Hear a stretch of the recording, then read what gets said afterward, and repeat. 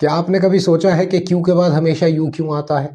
आप इतने सारे वर्ड्स देख लीजिए, आपको हमेशा नजर आएगा।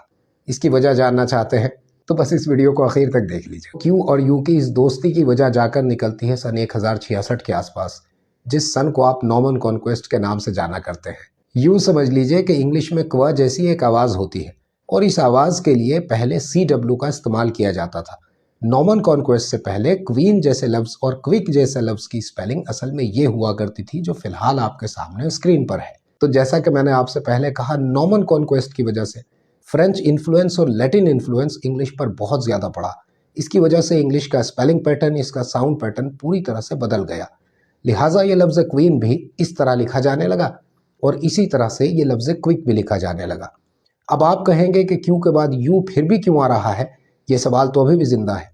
तो उसकी वजह है फ्रेंच इन्फ्लुएंस या लैटिन इन्फ्लुएंस। असल बात यह है कि फ्रेंच इन्फ्लुएंस इस क्यू और यू की अटूट दोस्ती की एक वजह है।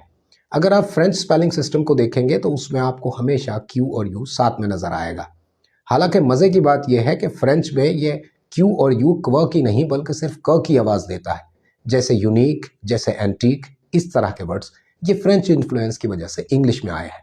तो इस तरह से ये कंक्लूजन किया जा सकता है कि क्यू और यू की ये अटूट दोस्ती असल में फ्रेंच इन्फ्लुएंस की वजह है और ये फ्रेंच इन्फ्लुएंस असल में नॉर्मन कॉन्क्वेस्ट यानी कि सन 1066 के बाद शुरू हुआ।